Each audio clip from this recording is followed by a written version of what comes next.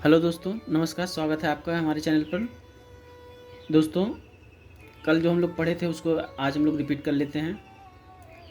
कल हम लोग पढ़े थे फ्रेम 2 मिशन के बारे में।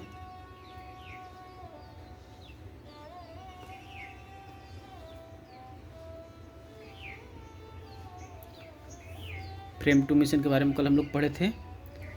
उसमें कुछ पॉइंट्स हैं जिसको हम लोग रिपीट कर लेते हैं। फ्रेम 2 मिशन, इसको स्पेस एक्स कंपनी द्वारा लॉन्च किया गया। पहला पॉइंट। दूसरा, इसमें जो रॉकेट यूज हुआ उसका क्या नाम था? तो उसका नाम था फाल्कन 9।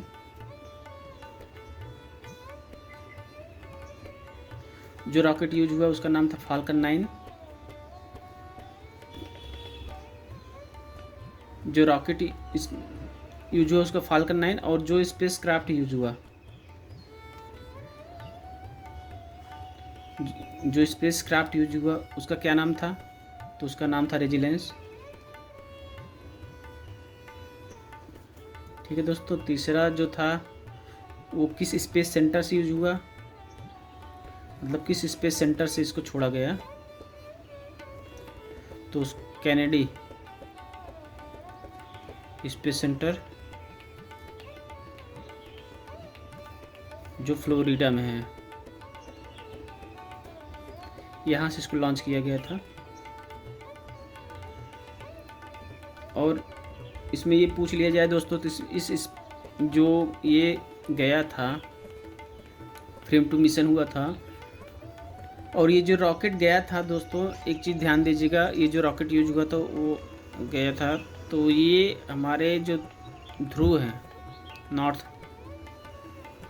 और साउथ पोल हैं, ये जो रॉकेट है हमारे जो पोल है उसके ऊपर से ये गुजरा था। एक सबसे बड़ी बात ये है दोस्तों कि ये जो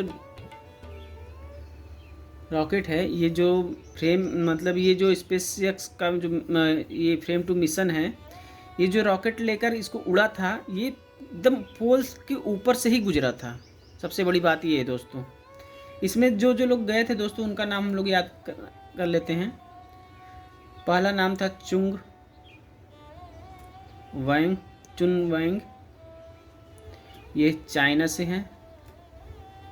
ठीक है दोस्तों। उसके बाद है जेनिक मिकेल्सन।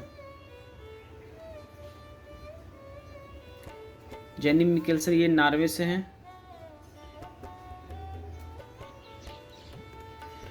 से हैं।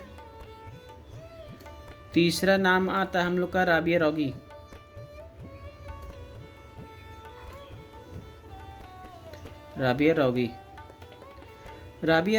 दोस्तों जर्मनी में या कहें जर्मन रोबोटिक रिसर्चर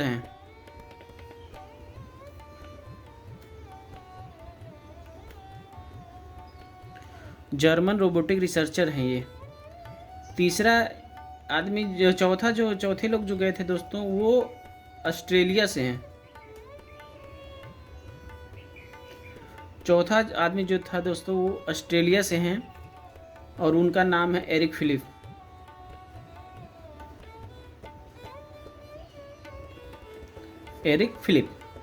ठीक है दोस्तों, ये था कल का। और इसके बाद हम लोग पढ़े थे,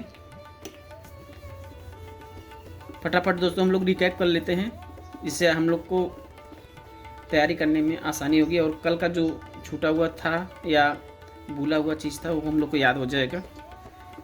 तीसरा हम लोग याद कर लेते हैं, एक अवार्ड के बारे में बताए थे दोस्तों, डिस्कस किए थे हम लोग, गोल्ड मरकरी अवार्ड।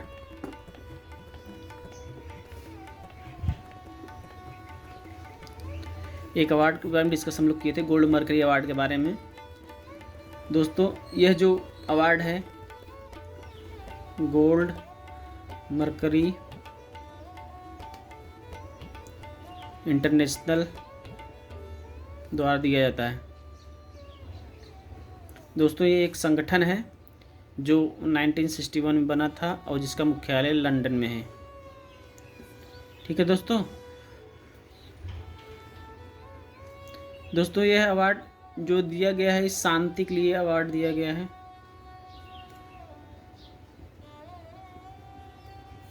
ठीक है दोस्तों।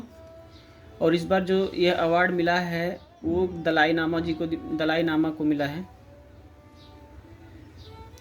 यह अवार्ड इस बार जिसको मिला है वो दलाई लामा को मिला है। दोस्तों दलाई लामा जो है किसी व्यक्ति विशेष का नाम नहीं है, बल्कि एक पद है।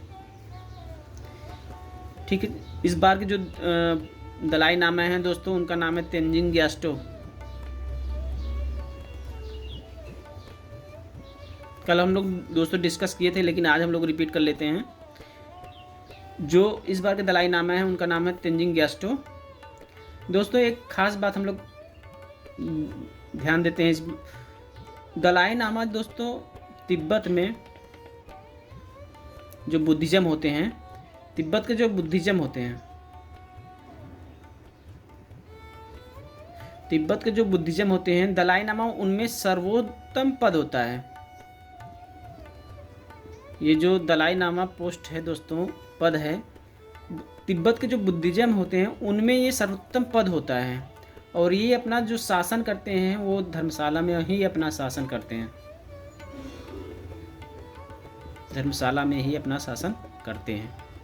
और इस बार के जो दलाई लामा है वो हैं तेंजिन ग्यास्टो। याद रखिएगा दोस्तों, ये नाम पूछ सकता है, तेंजिन ग्यास्टो।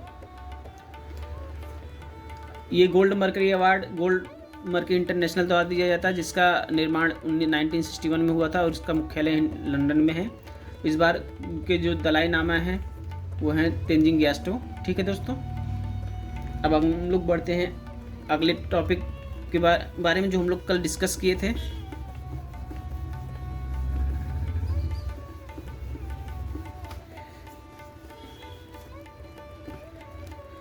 दोस्तों कल हम लोग डिस्कस किए थे ज्ञानपीठ अवार्ड के बारे में।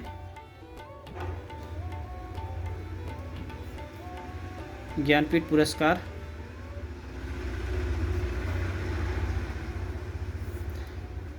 इसके बारे में दोस्तों हम लोग कल डिस्कस किए थे, आज हम लोग रिपीट कर लेते हैं। दोस्तों यह साहित्य का सबसे बड़ा पुरस्कार होता है।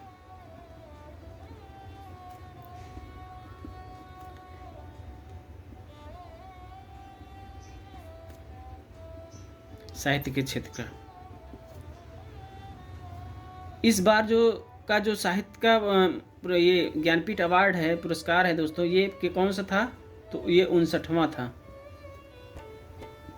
ठीक है दोस्तों। और 2024 के लिए था। ठीक है दोस्तों। तीसरा चीज़ ये दोस्तों, ये किसको मिला? तो ये छत्तीसगढ़ के नागरिक हैं जिनका नाम है विनोद कुमार। दोस्तों इनको मिला है ये साहित्य का ज्ञानपीठ पुरस्कार, जो 59वां है और 2024 के लिए है। ठीक है दोस्तों, ये हो गया रिपीट हम लोग का। और अब आगे हम लोग बढ़ते हैं आज के लिए। आज का नया जो टॉपिक होगा दोस्तों, उसके बारे में हम लोग अब डिस्कस करेंगे। ये सब हम लोग कल के नेक्स्ट टॉपिक में पढ़ चुके थे, कल के वीडियो में। आज का जो टॉपिक है दोस्तों वो है लंग्स अलायंस। इसके बारे में हम लोग जानने की कोशिश करेंगे।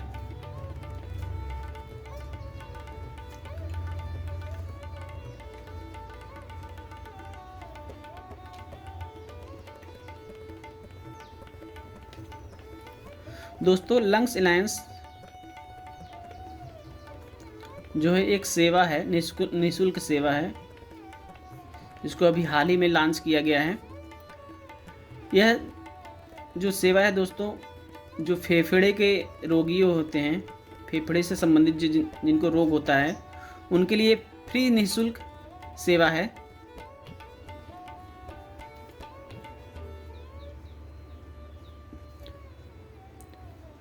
दोस्तों इसको किसने लॉन्च किया? तो इसको लॉन्च किया CRSF। CRSF यानी cancer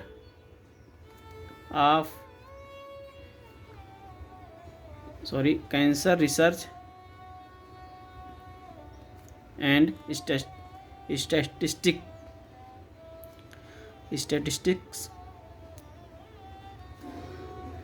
statistics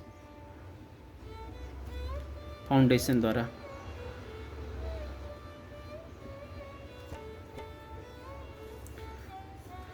CRSF cancer research and statistics foundation द्वारा इसको लॉन्च किए गए।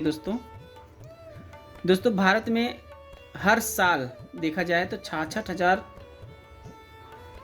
से ज़्यादा लोग कैंसर या लंग्स पेशेंट होते हैं। 66,000 से ज़्यादा लोग लंग्स पेशेंट होते हैं। 66,000 से ज़्यादा लोग लंग्स पेशेंट होते हैं और हर साल दोस्तों नए 72,000 लोग हर साल नए आ जाते हैं। मतलब देखा जाए दोस्तों हर 10वां व्यक्ति, हर 10वां कैंसर पीड़ित लंग्स कैंसर, हर 10वां लंग्स कैंसर व्यक्ति जो होता है दोस्तों वो बिना किसी स्मोक के